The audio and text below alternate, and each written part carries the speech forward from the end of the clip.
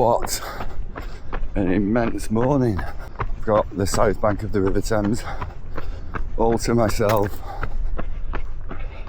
This is spectacularly nice. So we're staying in Southwark, and what I'm going to do is a circular loop. So down to the river, past the Tate Modern, which is just here on my right, over the Millennium Bridge, then we're going to go over to St Paul's, and then we're going to go down Fleet Street to Trafalgar. I think we might go Birdcage Walk, or even through St James's Park to Buckingham Palace, and then down the Strand, the iconic London Marathon finish, and then once we're at the bottom of the Strand, I'm going to go to Trafalgar and then back over the bridge onto the south bank, and then we're going to come back down the south bank, past the wheel, and back to Southwark. What an immense morning. I made a film yesterday about the importance of getting up and out early.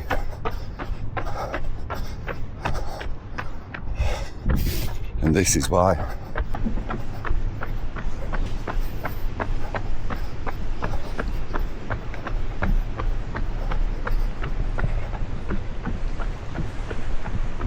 Just before 7 in the morning, and it's already 19 degrees.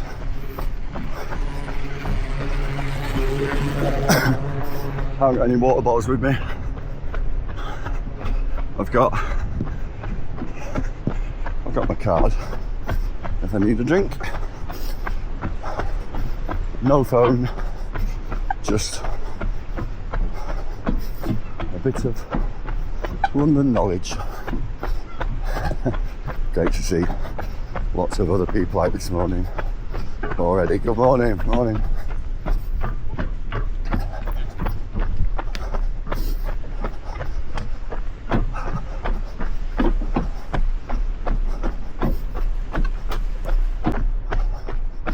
St Paul's. Anyway,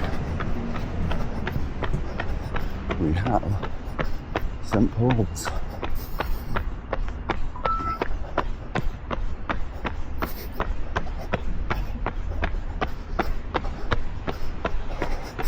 Which I always think looks really small as you come over the Millennium Bridge, and then you get to this point and it's just enormous, obviously.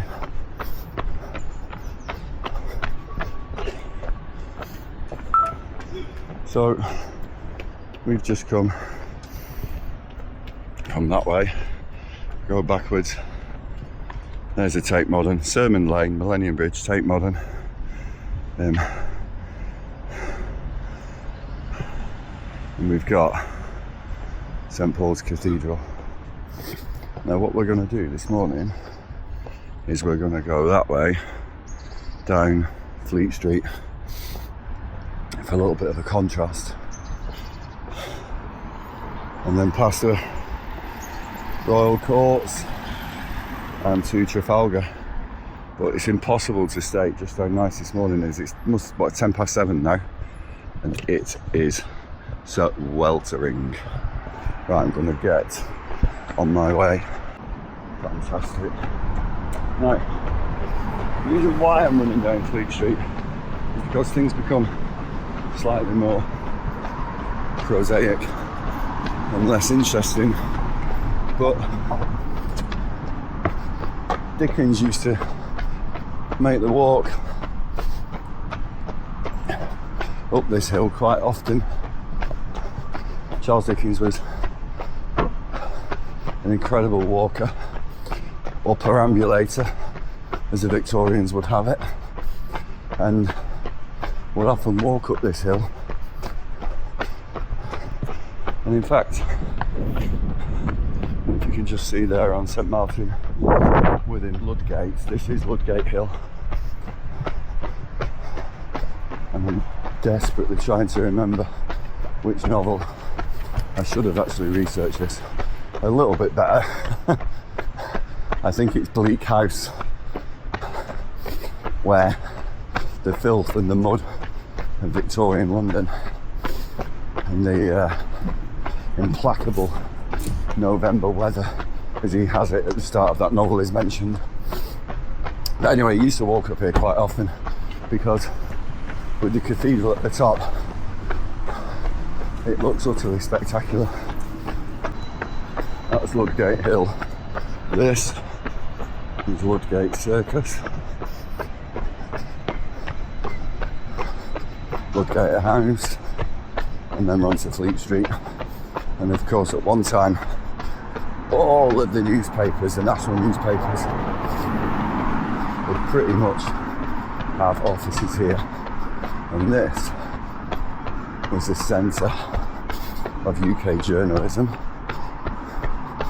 and would be a hive of journalistic activity.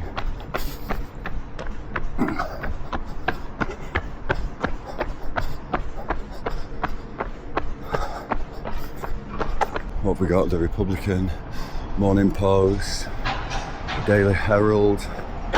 And actually, quick look. Not got time to read that, but loads of information about the importance of the press in this part of the world. Same time to read it. What I need is a tiny little break, because I come out of the sun. What I need is a tiny little break, because I am already sweltering. Right, we're gonna go in that direction. Right, I am still here, I promise.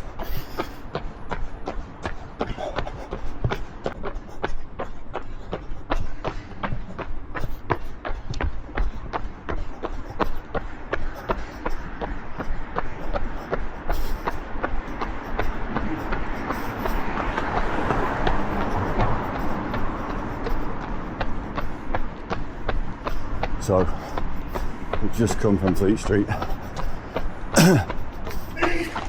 Over there is the Strand, and of course, the Royal Courts of Justice. There's two ways I can go here. I'm going to go this way, and you'll see why in a moment. Pretty sure that this is part of the campus of the London School of Economics. It's impossible to convey just how warm it is today, because we're running in Bolton in the northwest of England, which isn't known for its heat. But the whole of the UK has been hit with something of a heat wave. It's boiling. I've always loved the early morning bustle of cities. Even on this time on a bank holiday Monday, it's just alive. If we keep on going in that direction, you can just see peeking up over the top of the buildings down there, Nelson's Column, which is where we are headed. And then we're going to go from there up to Buckingham Palace. Giant Cross Station. And down we continue to go. And I decided to run down the Strand because it's in the shade. The river is only over there to my left, but some sad sights. Some really sad sights towards the bottom of the Strand. Anyway, let's not dwell on those just yet. But the river is about, 150 metres to my left, something like that. Here we go now. Trafalgar Square.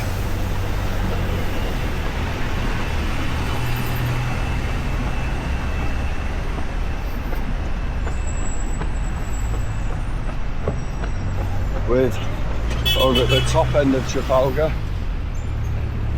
So right over there, National Gallery, Nelson's Column. What we are going to do is we're going to go straight ahead. Now, when we get straight ahead, we're going to do a slight left. We're going to go up Birdcage Walk, which is over there. It might go through some of St James's Park to the Palace, and then we're going to come back down the London Marathon route, just at the very, very end of it, where history was made just a few weeks ago.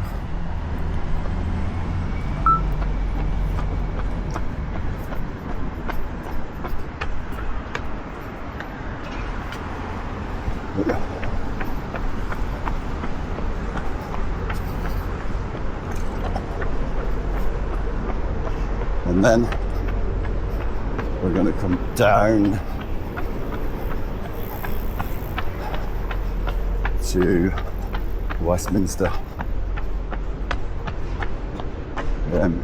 You must be able to. Right, I think you must have to go around the back of this. Not building work being done.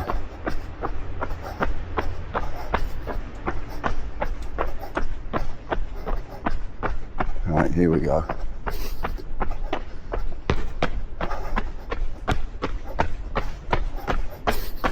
So, not much to see around here.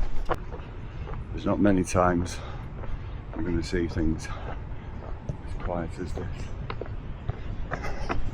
Right, we are going to do a left.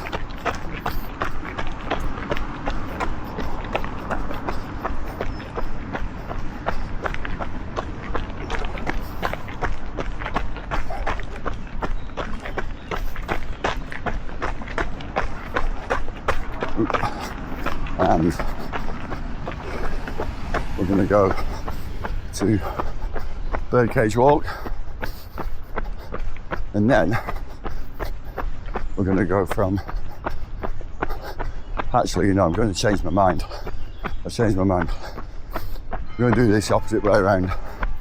We're going to run up towards Buckingham Palace, and then we're going to come down Birdcage Walk, purely because if I do it the other way around, I've got to go back up to Trafalgar, and if I come down Birdcage Walk, I will be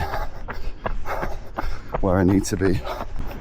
There's not many times you get to run, it's like this.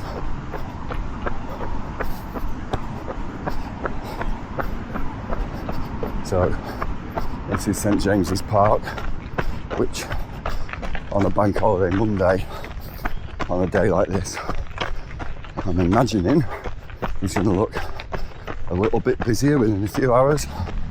It's just looked at my watch, it's 7:30 in the morning. So it's still fairly quiet. I've always enjoyed running on this bit because it feels almost like a little bit of trail. And on a day like this,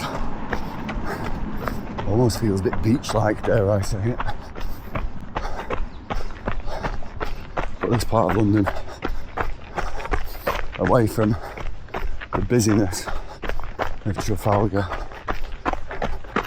often seems like such a calm oasis. I've been very fortunate because every time I've run here, it's been very quiet. Of course, one thing that this part of London is very good at is handling crowds, particularly within the London Marathon. So lots of barriers today, but if you are doing, or were doing the marathon, the finish is somewhere around here. Should have stayed on the road. But yeah, finish line's here. Just a bit further up, of course, is the Palace. We're doing this the opposite way around, so you would come down here. We're obviously going up. I made a film the other day about Now, all of my runs this last 14 months have been about keeping my heart rate down, and true to my word, we are on 126. So despite sweating heavily already, I'm sure you don't want to know that, my heart's still doing what it should be doing, which always helps. I've always found that when you're running, your heart doing what it needs to do is quite helpful. Okay, this is the Jubilee Walkway. Don't know why it's called that, but there we go. And in a minute, our Buckingham Palace opening out before us. Absolutely deserted.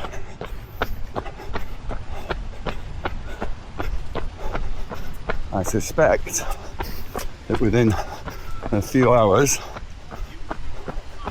there'll be a lot of crowds there. There we go.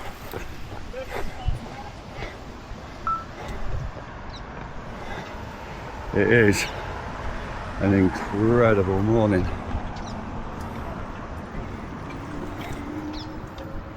Now, I'm going to try and get the sweat out of my eyes.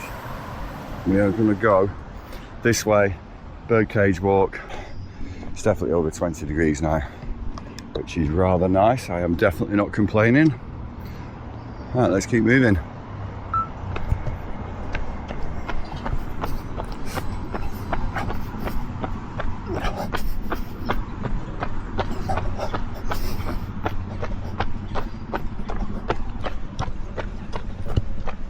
The sunlight is incredible. There are runs sometimes that stick in your memory forever, and this is one of them. I've had the fortune really of having some amazing runs in London, but this is up there with the best. In fact, no, it is the best. I'm actually overwhelmed with gratitude that I get to do stuff like this, because it's not a given. Life is short. Spend it wisely. Time is precious. Use it well.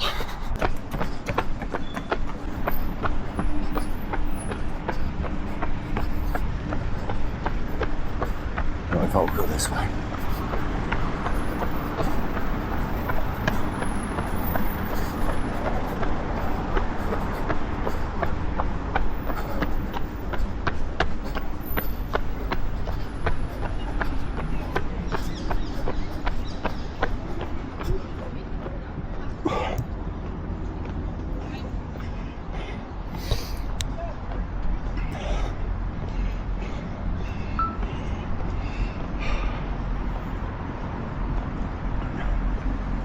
The Palace of Westminster. We are going to go down to the river, and of course Winston Churchill.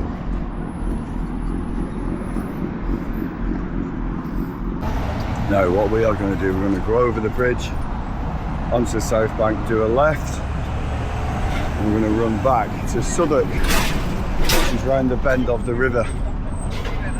The camera's not going to be able to pick it up because I'm pointing directly into the sun, but just over there you can see the top of the Shard peeping up, which is pretty much where we need to be. Right. Westminster Bridge.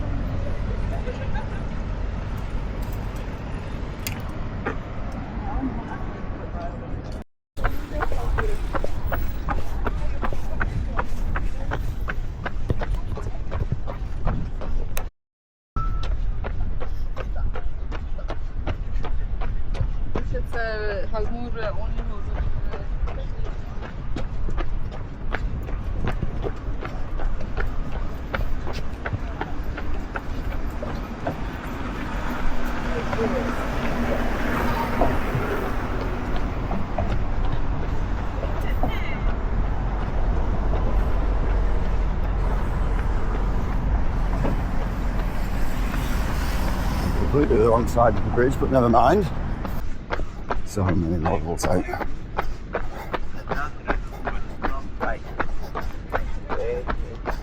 Right. County Hall. And of course, the wheel. The official Paddington Bear experience. Not sure my children will appreciate that these days. I've only ever been on that once, and it's quite a grey day, so I didn't see very much. About 15 years ago, my daughter at the time was 4, and it was just me and her on that trip. My son was yet to be born, and we'd had a late night at the theatre. We'd been watching The Lion King. The morning after, we'd booked for the wheel, and she was tired and she didn't want to go on it. And just over there on that park, she had an almighty tantrum. And I remember ringing my wife and saying, she's not going to get on the wheel. After my wife had spoken to her, there was a different response, and on we went.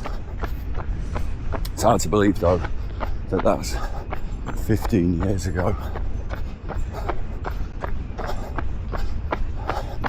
And there's so much change actually in the skyline in various parts. The feel is still very much London, even though little corners of it, little parts of the skyline have changed. This is still recognisably the brilliant city that it's always been, and in my opinion always will be. It's just teeming with life. There's so much to see, there's so much to do, that at times when you visit London it can feel overwhelming. But I think you do have to make multiple visits.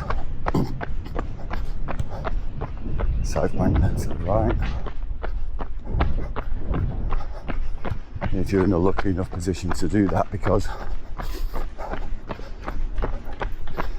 you sort of see something different, experience something different every single time.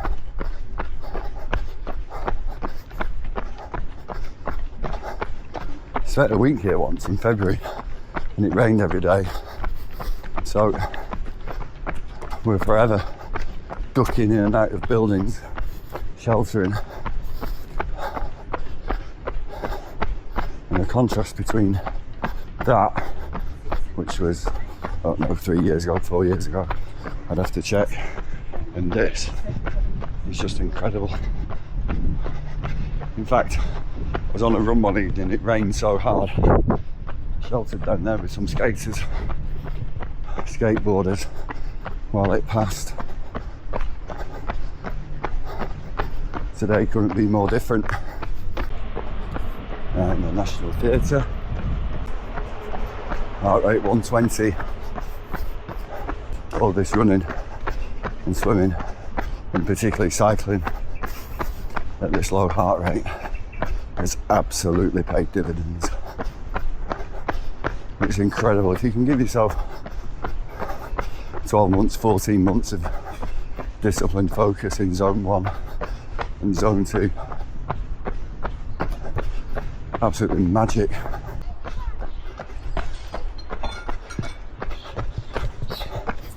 Don't fancy mudlarking today.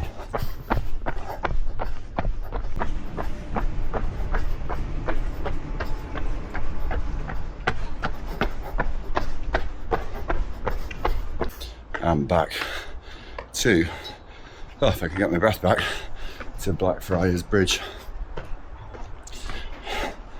So, what a run. That was absolutely incredible. Boiling. Still haven't quite finished. So